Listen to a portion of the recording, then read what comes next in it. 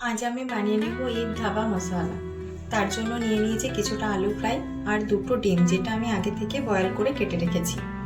তার সাথে নিয়েছি ক্যাপসিকাম, আদা, টমেটো, রসুন, পেঁয়াজ কুচি, কাঁচা লঙ্কা, গোটা জিরে, তেজপাতা, অল্প করে এলাচ আর দারচিনি।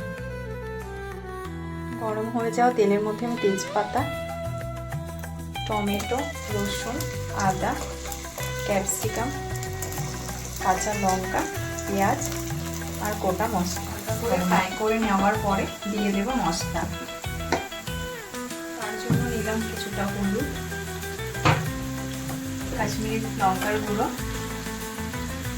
ধনে গুঁড়ো আর দিয়ে দেবো 1 চামচ নুন।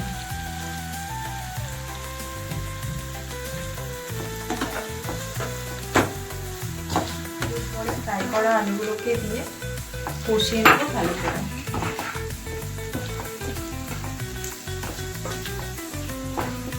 জলটা দিয়ে দেবো, জলটাকে একটু নাড়িয়ে নিয়ে ঢেকে দেবো। ঢাকাটা তুলে একবার দেখে নেবো আলুটা সিদ্ধ হয়েছে কিনা।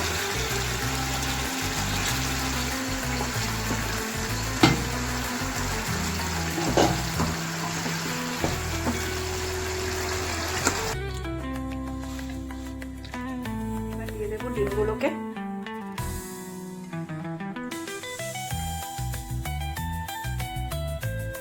আর রেখে দেওয়া ধনে পাতাগুলোকে এর উপর ছড়িয়ে দেবো।